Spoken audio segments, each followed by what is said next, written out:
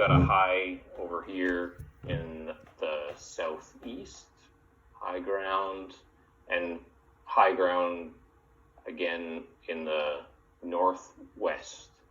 And you've got low ground, so you've got a nice valley along here, a little high ground in the middle, another valley, and high ground again. So you've kind of got high ground, little valley, high ground, little valley, and then high ground again.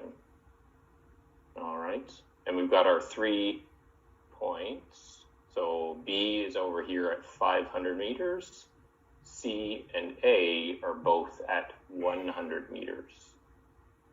So now this is a little bit different than what we've had in the worked examples in class, in that the A and C are at the same elevation.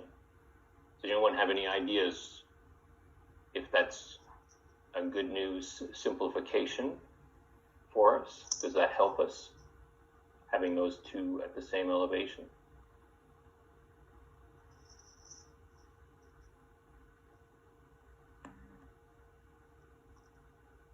So what do we know when we're trying to make the first steps, we're trying to make the structure contours, right? And what is a structure contour? You need a difference in height. Well, if we walk along a structure contour line, Walking the same elevation. same elevation, right? So if two observation points, A and C, are at the same elevation, what does that mean? Same line. They're on the same structure contour, right? So you already got one, basically. All right. So that'll saves you a few steps. You still need to figure out the dip, right? So that's why we still need 3 points, right? And at least 2 of them have to be at different elevations in order to figure out the dip direction, right? Dip and its direction. All right. So once we've got that, we can work out again. We've got low A and C are on the low side, and B is on the high side. So which way is our plane dipping, roughly speaking, northeast, south, or west? Southwest, it looks like. Yes, maybe more west than south, but yeah, over in this general direction. More west, actually. Yeah, Westish. And so, depending on our orientation of our cross section, we're going to have an inclined layer going somewhere through there, right? And basically, we're going to want to make a pit to remove the soil, and we can just assume vertical walls on our pit. All right, and so we can get a rough idea of all the soil we need to remove from the top of the sandstone, right? So obviously your cross section will be much neater than that, but you could just vertical walls on your pit, you can draw it, and then you can make a rough idea of this area of the soil to be removed. And obviously the topography changes across our pit, but it's not too different, so we can just make an assumption that this cross section represents the area on one slice through our pit, and you multiply it by 500 to get your volume. All right, depending on your orientation of your cross section, right? Does that kind of make sense? Yeah, I see it. So we're going to have a cross section that kind of comes through our pit at some angle, right? Now the only thing that we need to know is, depending on that orientation of your cross section, if it's not parallel to the strike or perpendicular to the strike, then we need to work out what is called an apparent dip, right? So in the 3-point problems in class, the points are at different elevations, and we work out an apparent dip along a line, right? Along that first line that we make. And so in terms of the problem, this is a more complicated map, but we can have our structure contour lines for any contact. So here we've got this siltstone and chalk. So we just focus on this layer itself. We can have our structure contour lines at the contact points here and here. We've got 2 of them, and so we know the strike direction. We can measure that off on the map, and then we can work out the true dip, because we know we need to make that triangle perpendicular to the strike or the structure contour line, right? And that would give us the true dip.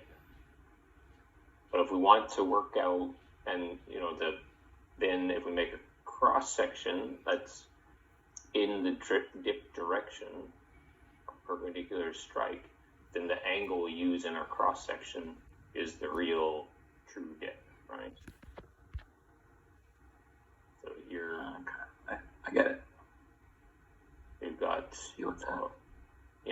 this angle here is your true dip. Okay.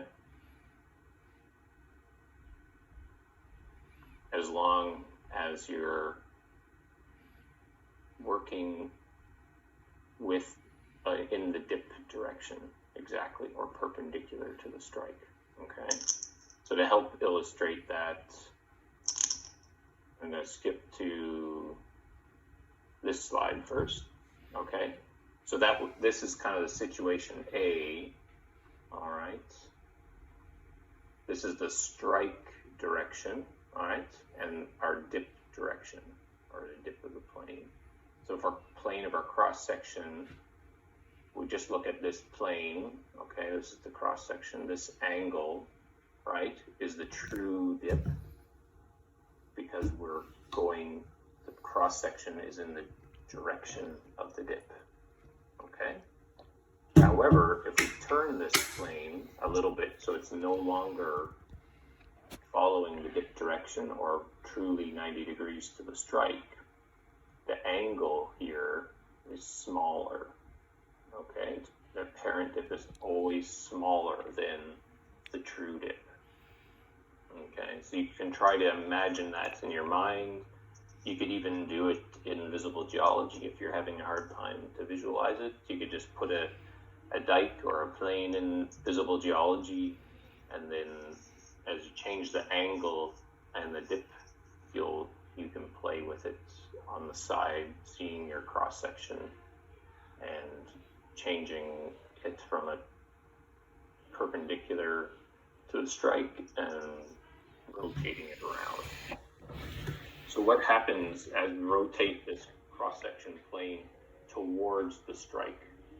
If we made a cross section and it was parallel to the strike direction, would we have the dip on our map? No, the dip would just Be zero. Yeah, 0. Because now, basically, this line that represents the plane intersecting here is a line, right? And so this angle then goes to 0 as we rotate closer and closer to the strike direction, right? Yeah. So that's this idea about our apparent dip and the dip angle. We can use that to double check ourselves when we make our cross section. It only applies when we're not working perpendicular to the strike, right, in our cross section, or in the dip direction. So something to keep in mind. Now the equation, this is very complex equation, but if we simplify it down, all you need to know is the true dip delta is related to the apparent dip alpha, and beta is the angle between your strike line and your cross section. So if we're going to look at cross section 0 or O to A, that beta angle will give, and the apparent, we can have the apparent dip, we could calculate the true dip, but we can always rearrange this equation if we calculate the true dip first, and then we can get the apparent dip on our cross section, right? So, in terms of giving you a sort of worked exercise, on this map, we worked out the strike was 85 degrees and the true dip 22 degrees. And if we plug those numbers into the rearranged equation, then we get an apparent dip of 2 degrees on the CC line here, the east-west cross-section. Now, if we think about our structure contours, are the structure contours close to being parallel to our CC line? Remember, we connected the dots. They're very close, okay? With a small angle, the structure contour lines are striking at 85, and the CC line is at 90 degrees from north, right? It's perfectly east-west. So we do expect that our apparent dip is a small number because we're very close to the strike direction in this cross-section. So I hope that makes sense for you. And if you're having a hard time with it, feel free to reach out with an email. Try it out in visible geology so that you kind of understand